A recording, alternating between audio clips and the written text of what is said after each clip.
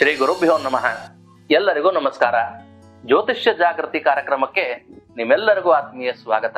ನಾನು ಪವನ್ ಜೋಶಿ. ಇವತ್ತು ಭಾದ್ರಪದ ಮಾಸ ಶುಕ್ಲ ಪಕ್ಷ ಚೌತಿಯ ದಿನ. ವರವನ್ನು ಅನುಗ್ರಹಿಸಿ ನಮ್ಮನ್ನು ಉದ್ಧಾರ ಮಾಡುವ ವರಸಿದ್ಧಿ ವಿನಾಯಕನ ಶುಭ ದಿನ.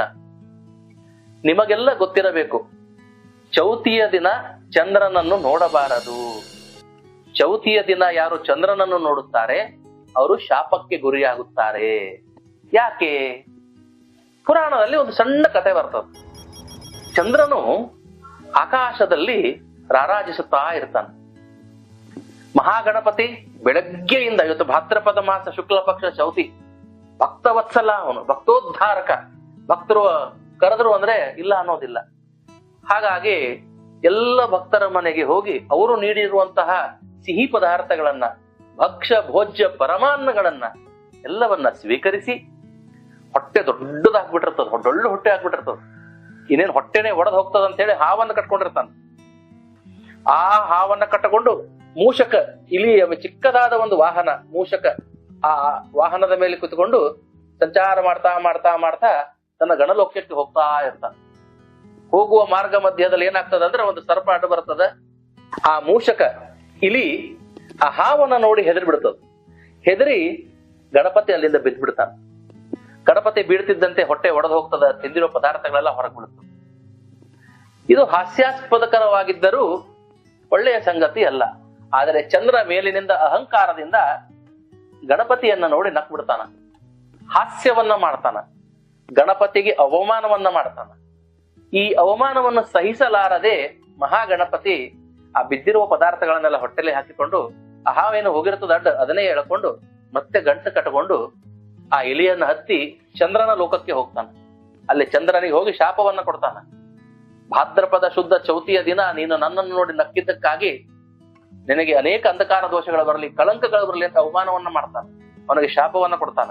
ಅದರ ಜೊತೆಗೆ ಇಂದಿನ ದಿನ ಯಾವ ನನ್ನ ಭಕ್ತ, ನನ್ನನ್ನು ಪೂಜಿಸುವಂತಹ ಭಕ್ತ ನಿನ್ನನ್ನೇನಾದ್ರೂ ಇವತ್ತಿನ ದಿನ ನೋಡಿದರೆ ಬೇರೆ ಬೇರೆ ಶಾಪಗಳಿಗೆ, ಬೇರೆ ಬೇರೆ ಅಪವಾದಗಳಿಗೆ ಗುರಿಯಾಗಲಿ ಅಂತ ಅವನು ಶಾಪವನ್ನ ಕೊಡ್ತಾನೆ.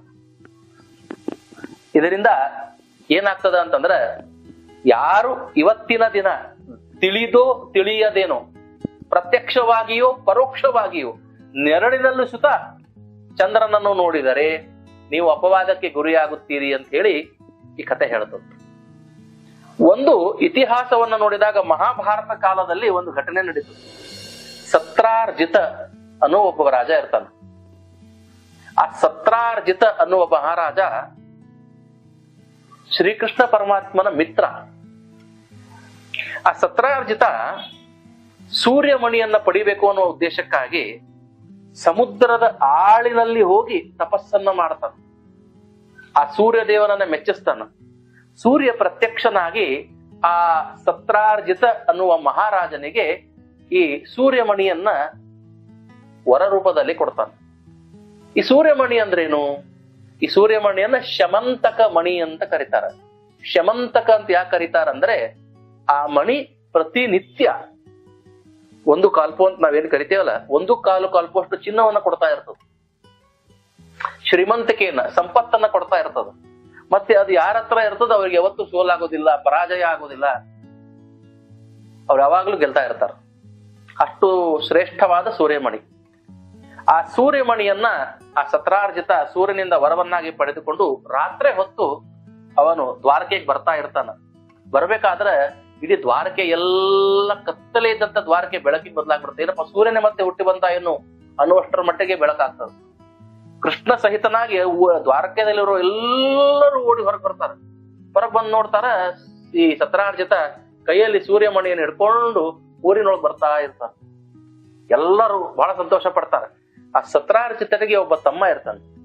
ಅವನ ಹೆಸರು ಪ್ರಸೇನ. ಅವನು ಕೂಡ ಸೂರ್ಯನ ಮಿತ್ರ, ಶ್ರೀಕೃಷ್ಣ ಪರಮಾತ್ಮನ ಮಿತ್ರನೇ. ಆ ಸತ್ರಾರ್ಜಿತ ಆ ಸೂರ್ಯಮಣಿಯನ್ನು ತಗೊಂಡು ಊರಿಗೆ ಬರ್ತಾನ. ಆ ಸೂರ್ಯನ ಬೆಳಕಿರ್ತದಲ್ಲ, ಆ ಮಣಿಯ ಬೆಳಕು ಕೃಷ್ಣ ಪರಮಾತ್ಮನ ಮೇಲೆ, ಕಣ್ಣಿನ ಮೇಲೆ ಬೀಳ್ತದ. ಕಣ್ಣು ಕುಕ್ಕಿ ಹೋಗ್ತದ. ಅವ ಒಂದ್ ಸ್ವಲ್ಪ ವಕ್ರಗಣ್ಣೆಯಿಂದ ಆ ಸೂರ್ಯಮಣಿಯನ್ನ ನೋಡ್ತಾನ. ಸತ್ರಾರ್ಜಿತನಿಗೆ ಏನ್ ಅನ್ಸ್ಬಿಡ್ತದ, ಅಯ್ಯೋ ಕೃಷ್ಣ ಪರಮಾತ್ಮನ ಕಣ್ಣು ಇದ್ರ ಮೇಲೆ ಬಿತ್ತಲ್ಲಪ್ಪ.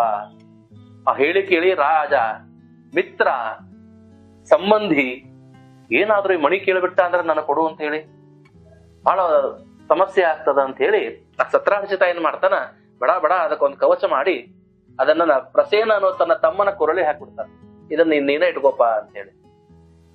ಆದ್ರೆ ಆ ಶಮಂತಕ ಮಣಿ, ಆ ಸೂರ್ಯಮಣಿಯ ನಿಯಮ ಇರ್ತದೆ, ಅದು ಮೈಲಿಗೆ ಆಗಬಾರದು, ಅಪವಿತ್ರವಾಗಬಾರದು. ಅಂದ್ರೆ ಯಾರಾದ್ರೂ ತೀರಿಕೊಂಡಾಗ ಅಶೌಚ ಆಗಿರ್ತದ, ಯಾರು ಮುಟ್ಟಬಾರದು. ಸ್ತ್ರೀಯರು ಋತುಮತಿ ಆದಾಗ ಅದನ್ನ ಸ್ಪರ್ಶ ಮಾಡಬಾರದು. ಹೀಗೆ ಬೇರೆ ಸ್ನಾನ ಸಂಧ್ಯಾ ಮಾಡದೆ ಅದನ್ನ ಮುಟ್ಟಬಾರದು. ಅಶೌಚಕ್ಕೆ ಹೋಗಿ ಅಂದ್ರೆ ನಾವು ಭೈರಪಕ್ಕೆ ಹೋಗಿ ಬಂದಾಗ ಅದನ್ನ ಮುಟ್ಟಬಾರದು. ಬಟ್ ಅದಕ್ಕೆ ದೋಷ ಬರದೇ ಇರೋ ರೀತಿಯಲ್ಲಿ ನೋಡ್ಕೋಬೇಕು. ಯಾರಾದ್ರೂ ಅದಕ್ಕೆ ದೋಷ ತಂದರೆ ಅದು ಅವರಿಗೆ ಸಾವನ್ನೇ ತರ್ತಿರ್ತದ, ಅಷ್ಟು ಕೆಟ್ಟದಾಗಿರ್ತದ ಆ ಮಣಿ. ಒಂದು ದಿನ ಏನಾಗ್ತದ, ಸತ್ರಾರ್ಜಿತನ ತಮ್ಮ ಪ್ರಸೇನ ಕೃಷ್ಣನಿಗೆ ಹೇಳ್ತಾನ, ಎಲೆ ಕೃಷ್ಣ, ಕಾಡಿನಲ್ಲಿ ಹೋಗಿ ಭೇಟಿ ಆಡಿ ಬರೋಣ ಬಾ. ಆಯ್ತಂತಾನ ಕೃಷ್ಣ. ಪ್ರಸೇನ ಏನ್ ಮಾಡ್ತಾನ, ಆ ಶಮಂತಕ ಮಣಿಯನ್ನ ಕೊರಳಲ್ಲಿ ಹಾಕೊಂಡು ಕವಚವನ್ನು ಹಾಕಿಕೊಂಡು ಒಂದು ಕುದುರೆಯನ್ನು ಹತ್ತತಾನ, ಹೆಣ್ಣು ಕುದುರೆಯನ್ನು ಹತ್ತತಾನ. ದುರಾದೃಷ್ಟವಶಾತ್ ಆ ಹೆಣ್ಣು ಕುದುರೆ ಅದು ಮಲಿನ ಆಗಿರ್ತದ, ಅಪವಿತ್ರ ಆಗಿರ್ತದ. ಆ ಅಪವಿತ್ರವಾದ ಕುದುರೆಯನ್ನು ಪ್ರಸೇನನು ಹತ್ತಿರುವುದರಿಂದ ಆ ಶಮಂತಕ ಮಣಿಯ ಶಾಪಕ್ಕೆ ಅವ ಗುರಿ ಆಗ್ತಾನ. ಕೃಷ್ಣ ಮತ್ತೆ ಪ್ರಸೇನ ಇಬ್ರು ಕುದುರೆಯ ಮೇಲೆ ಈಗ ಹೋಗ್ತಾ ಇರ್ತಾರ.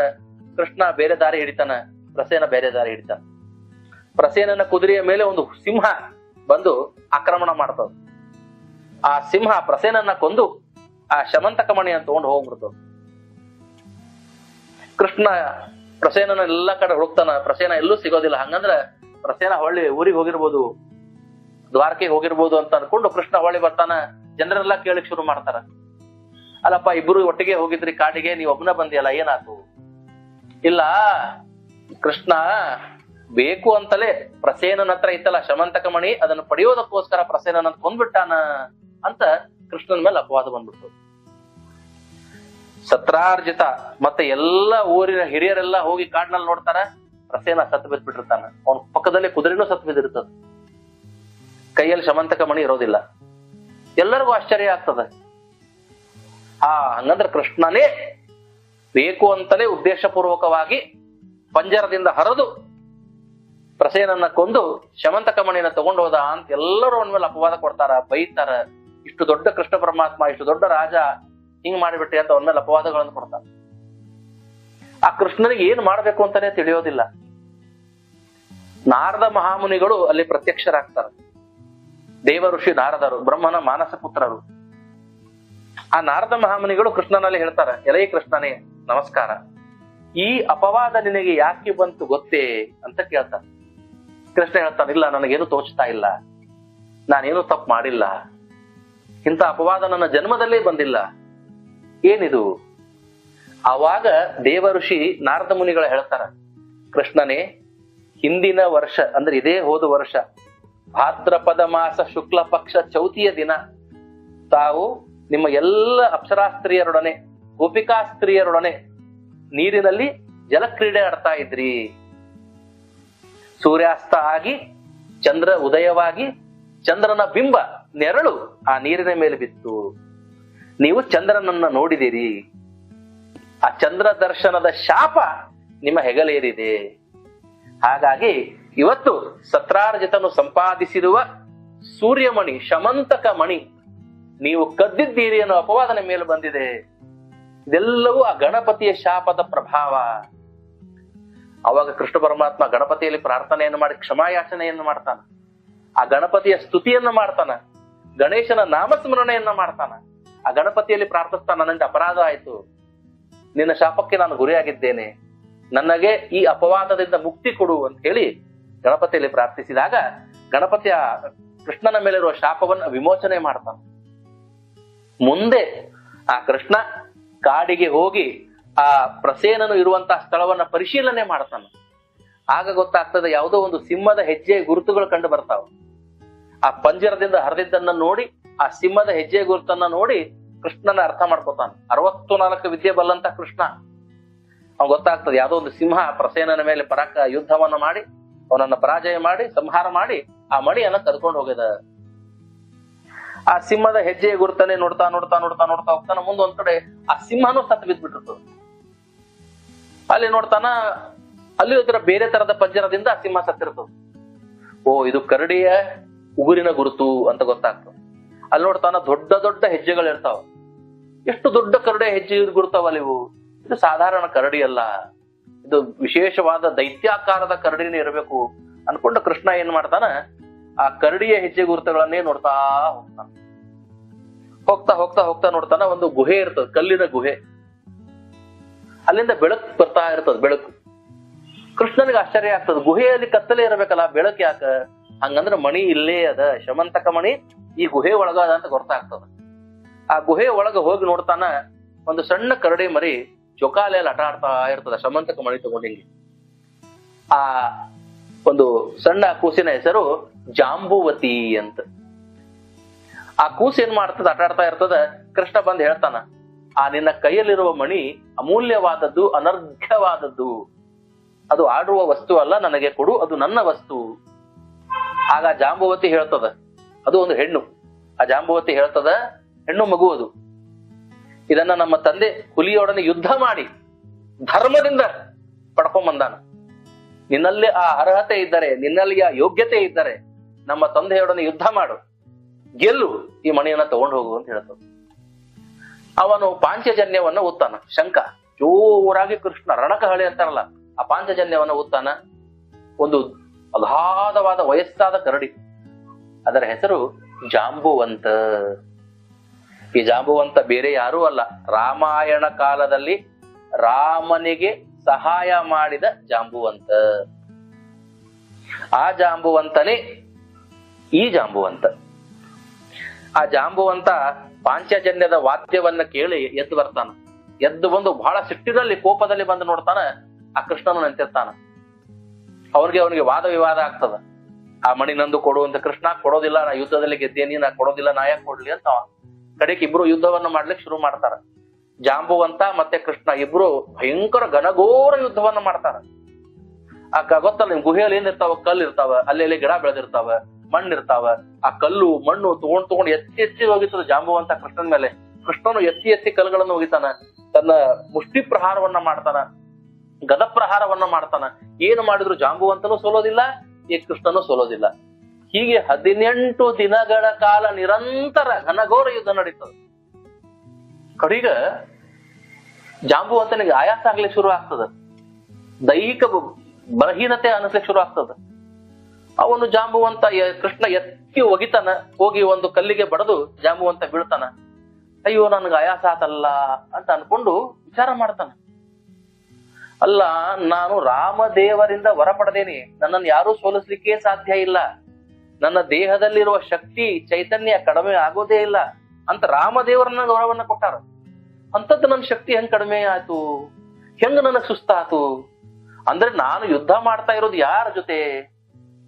ಇವ್ರು ಯಾರಾದ್ರೂ ಪರಪುರುಷನು ಅಥವಾ ನನ್ನ ಸ್ವಾಮಿ, ನನ್ನ ಆರಾಧ್ಯ ದೈವ ಸ್ವತಃ ಶ್ರೀ ರಾಮದೇವರು ಅಂತೇಳಿ ತಿಳಿಯದೆ ಜಾಂಬುವಂತ ಎದ್ದು ಕೈ ಮುಗಿದು ಶರಣಾಗಿ ಆ ಕೃಷ್ಣನಲ್ಲಿ ಹೇಳ್ತಾನ, ಕೃಷ್ಣ, ನೀನು ಸಾಮಾನ್ಯದವನಲ್ಲ, ನನಗೆ ನಿನ್ನಲ್ಲಿ ನನ್ನ ರಾಮದೇವರು ಕಾಣ್ತಾ ಇದ್ದಾರೆ, ನನ್ನ ಆರಾಧ್ಯ ದೈವರು ಕಾಣ್ತಾ ಇದ್ದಾರೆ ಅಂದಾಗ ಕೃಷ್ಣನು ರಾಮದ ಅವತಾರವನ್ನ ತೋರಿಸಿ ರಾಮನ ದರ್ಶನವನ್ನ ಆ ಜಾಂಬುವಂತನಿಗೆ ಕೊಡುತ್ತಾ ಹೇಳ್ತಾನೆ, ಜಾಂಬುವಂತ, ನಿನಗೆ ನಾನು ಹೇಳಿದ್ದೆ, ಮುಂದಿನ ಅವತಾರದಲ್ಲಿ ದ್ವಾಪರ ಯುಗದಲ್ಲಿ ನಾನು ಮತ್ತೆ ಜನಿಸುತ್ತೇನೆ, ನಿನಗೆ ದರ್ಶನ ಭಾಗ್ಯವನ್ನ ಕೊಡುತ್ತೇನೆ ಅಂತ ಹೇಳಿದ್ದೆ. ನನ್ನ ಮಾತಿನಂತೆ ನಾನು ಇವತ್ತು ನಿನಗೆ ಬಂದು ಪ್ರತ್ಯಕ್ಷನಾಗಿ ನಿನಗೆ ದರ್ಶನವನ್ನ ಕೊಟ್ಟಿದ್ದೇನೆ, ಇನ್ನು ನಿನಗೆ ಮುಕ್ತಿ. ಆವಾಗ ಜಾಂಬುವಂತ ಆಯಿತು ಅಂತ ಹೇಳಿ ಸಂತೋಷದಿಂದ ರಾಮನನ್ನು ಪ್ರಾರ್ಥಿಸಿ ಚೆನ್ನಾಗಿ ಅಲಂಗಿಸಿ ಆನಂದ ಭಾಷ್ಪದಿಂದ ಸಂತೋಷದಿಂದ ನಗನಗತ ಆ ಕೃಷ್ಣನಲ್ಲಿ ಕೇಳ್ಕೊತಾನ, ಎಲೈ ಶ್ರೀಕೃಷ್ಣ ಪರಮಾತ್ಮನೇ, ಸಾಕ್ಷಾತ್ ರಾಮದೇವರೇ, ಆ ಜನ್ಮದಲ್ಲಿ ತಾವು ಏಕಪತ್ನಿ ವ್ರತಸ್ಥರಾಗಿದ್ದೀರಿ, ಇಹ ಜನ್ಮದಲ್ಲಿ ತಾವು ಕೃಷ್ಣನಾಗಿರುವುದರಿಂದ ನನ್ನ ಮಗಳಾದಂತಹ ಜಾಂಬುವತಿಯನ್ನ ನಿಮಗೆ ಸಮರ್ಪಿಸ್ತೇನೆ, ಕನ್ಯಾದಾನವನ್ನ ಮಾಡಿಕೊಡ್ತೇನೆ, ದಯವಿಟ್ಟು ಸ್ವೀಕಾರ ಮಾಡಿ ಅಂತ ಹೇಳಿ ಅಲ್ಲಿ ಕೃಷ್ಣ ಜಾಂಬುವತಿ ವಿವಾಹ ಆಗ್ತದ.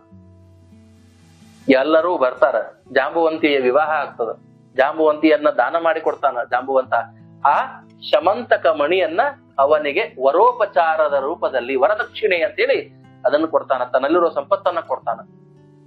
ಈ ಪ್ರಕಾರ ಆ ಶಮಂತಕ ಮಣಿಯನ್ನ ತಗೊಂಡು ಜಾಂಬುವತಿಯನ್ನ ತಗೊಂಡು ದ್ವಾರಕೆಗೆ ಬಂದು ಆ ಸತ್ರಾರ್ಜಿತನಿಗೆ ಮತ್ತೆ ನಗರದ ಜನರಿಗೆ ತನ್ನ ಮೇಲಿರುವ ಅಪವಾದವನ್ನ ದೂರ ಮಾಡ್ಕೊತಾನೆ.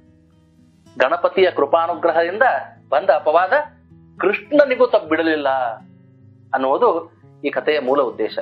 ಹಾಗಾಗಿ ಯಾರು ತಿಳಿದು ತಿಳಿಯದೆ ಏನಾದರೂ ಇವತ್ತಿನ ದಿವಸ ಗಣಪತಿಯ ಪೂಜೆಯನ್ನ ಮಾಡಿ ನೀವೇನಾದರೂ ಚಂದ್ರನನ್ನು ನೋಡಿದ್ದರೆ, ಚಂದ್ರ ದರ್ಶನ ಮಾಡಿದ್ದರೆ ನೀವು ಕೂಡ ಅಪವಾದಕ್ಕೆ ಗುರಿಯಾಗುತ್ತೀರಿ. ಯಾರು ಅಪವಾದಕ್ಕೆ ಗುರಿಯಾಗಬಾರದು ಅಥವಾ ಎಲ್ಲರಿಗೂ ಒಳ್ಳೆಯ ಫಲ ಸಿಗಬೇಕಾದರೆ ಈ ಶಮಂತಕೋಪಾಖ್ಯಾನಂ ಎನ್ನುವ ಈ ಕಥೆಯನ್ನ ಕೇಳಲೇಬೇಕು. ಹಾಗಾಗಿ ಎಲ್ಲ ನನ್ನ ಪ್ರಿಯ ವೀಕ್ಷಕರಿಗೆ ಮತ್ತೊಂದು ಸಾರಿ ಮಹಾಗಣಪತಿ ವರಸಿದ್ಧಿ ವಿನಾಯಕ ಜಗದೋದ್ಧಾರ ಜಗದ್ರಕ್ಷಕ ಮಂಗಳಮೂರ್ತಿ ನಿಮ್ಮೆಲ್ಲರಿಗೂ ವಿಶೇಷವಾದಂತಹ ಧನ ಕನಕ ವಸ್ತು ವಾಹನ ಅಷ್ಟೈಶ್ವರ್ಯ ಸುಖವನ್ನು ಅನುಗ್ರಹಿಸಲಿ, ನಿಮ್ಮ ಎಲ್ಲ ಇಷ್ಟಾರ್ಥಗಳು ಸಿದ್ಧಿಸಲಿ ಎಂದು ಆಶಿಸುತ್ತಾ ನನ್ನ ವಾಕ್ಯಕ್ಕೆ ವಿರಾಮವನ್ನ ಕೊಡ್ತೇನೆ. ಎಲ್ಲರಿಗೂ ನಮಸ್ಕಾರ, ಶುಭಾಶಯಗಳು.